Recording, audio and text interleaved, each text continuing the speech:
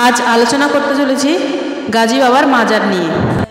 এটি শিয়ালদা থেকে ক্যানিং শাখার ঘুটিয়ারি শরীফ স্টেশনে অবস্থিত। স্টেশন থেকে পায়ে হেঁটে 2 মিনিটের রাস্তা। অনেক দূর দূরান্ত থেকে গাজী বাবার এই মাজারে মানুষ আসে মানত করতে। এই মাজার সংলগ্ন স্থানে একটি রয়েছে পুকুর, যেটাকে মক্কা পুকুর বলা হয়। এই পুকুরের জলে কেউ যদি কোনো গোলাপ ফুল বা কোনো ফুল নিয়ে ভাসিয়ে দেয় এবং সেই ফুল যদি ঘুরে এসে আবার তার হাতে ওঠে, তাহলে তার মনের ইচ্ছে পূরণ হবে।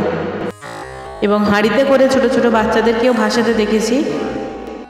কোনো অসুস্থ ব্যক্তি থেকে শুরু করে বিভিন্ন রকম যাদের মনের যা চাহিদা, তারা এখানে এরকমভাবে ফুল ভাসিয়ে চাহিদা পূরণ করতে পারে।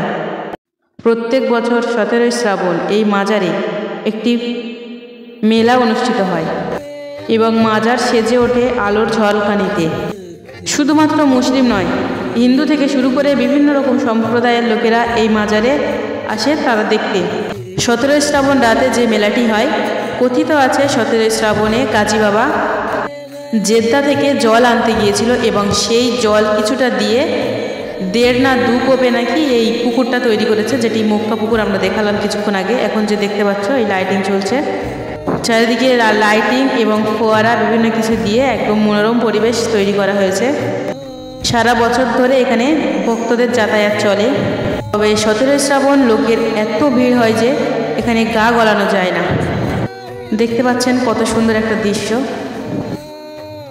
বহু দূর দূরান্ত থেকে যে সমস্ত লোকেরা আসে, শুধুমাত্র এই যে পুকুর রয়েছে, এই পুকুরের জলে তারা ফুল ভাসায় এবং মাজার যে রয়েছে গাজী বাবার, সেখানে ধূপ ধুনো দেয় এবং তারা তাদের মতো করে মনের ইচ্ছা বলে।